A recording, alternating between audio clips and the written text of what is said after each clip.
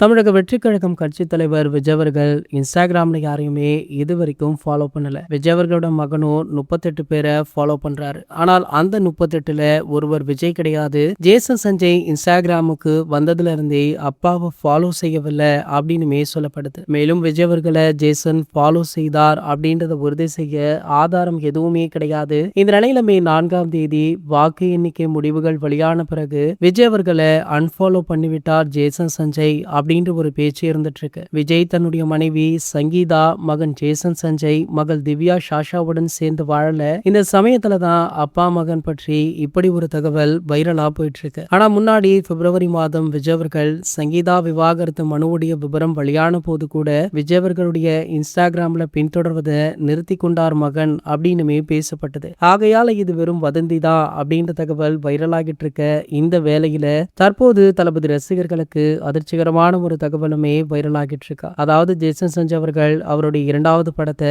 உதயநிதி ஸ்டாலின் அவர்களுடைய red Jain movies தயாரிப்புல தான் எடுக்க இருக்காரு. ஆகையால இதற்கான பேச்சுவார்த்தைகள் சமீபத்தில் நடைபெற்று உள்ளதாகவும் நடந்து முடிந்த சட்டமன்ற தேர்தலில் திமுக தோல்வியடைந்ததற்காக ஜேசன் அவர்கள் முதல்வர் ஸ்டாலின் அவர்களை சந்தித்து ஆறுதலுமே சொல்லியிருக்காரா. இந்த தகவல் தற்போது வெளியாகி வைரலாகிட்டு இருக்கு. இது போன்ற செய்திகளை பத்தி நீங்க உடனே தெரிஞ்சுக்க நம்மளுடைய சேனலை மறக்காம சப்ஸ்கிரைப் பண்ணிக்கோங்க.